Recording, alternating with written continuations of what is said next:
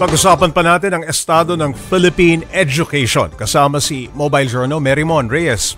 Merymon, ano raw ba ang dahilan ng mga guro kung bakit nila ipinapasa yung mga estudyante kahit hindi pa sila handa? So for Pops J, based sa mga nagsalita o yung mga nakuha natin na impormasyon, dahil daw may pressure. Kasi pag for example, may isang estudyante, anak siya na binagsak o hindi pumasa, may mga nagagalit daw na magulang. So nirereklamo sila. So isa yun sa mga kinoconsider nila na bakit may mga nagreklamo. Kaya parang naaling sila na ibabagsak ba nila to o hindi, Pops J. Ang dami nun, 18 million functionally illiterate.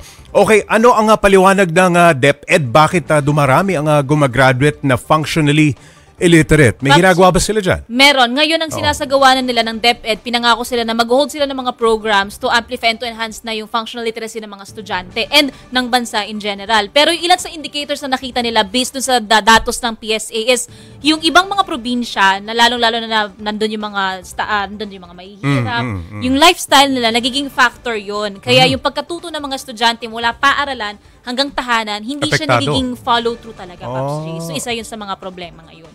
Okay, matinding problema yan. Maraming salamat, Mobile Journal, Merymon Reyes.